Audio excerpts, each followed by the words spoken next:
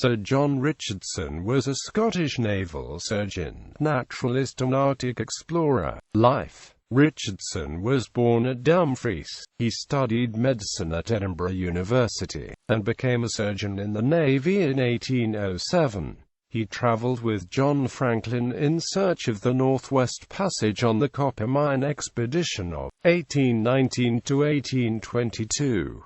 Richardson wrote the sections on geology, botany and ichthyology for the official account of the expedition. Franklin and Richardson returned to Canada in 1825 and went overland by fur trade routes to the mouth of the Mackenzie River. Franklin was to go as far west as possible and Richardson was to go east to the mouth of the Coppermine River. These were the only known points on the central coast and had been reached in 1793 and 1771 respectively. He had with him two specially built boats which were more ocean-worthy than the Voyager canoes used by Franklin on his previous expedition. They gave the names to the Dolphin and Union Strait near the end of his route. His journey was successful and he reached his furthest east the same day that Franklin reached his furthest west. He abandoned his boats at Bloody Falls and trekked overland to Fort Franklin, which he reached 3 weeks before Franklin. Together they had surveyed 1,878 miles of previously unmapped coast. The natural history discoveries of this expedition were so great that they had to be recorded in two separate works: the Flora Boreale Americana, written by William Jackson Hooker, and the Fauna Boreale Americana, written by Richardson, William John Swainson, John Edward Gray and William Kirby, at the British Association for the Advancement of Science meeting in 1842. Richardson described the diving apparatus and treatment of diver Roderick Cameron following an injury that occurred on the 14th of October 1841 during the salvage operations on the HMS Royal George. Richardson was knighted in 1846.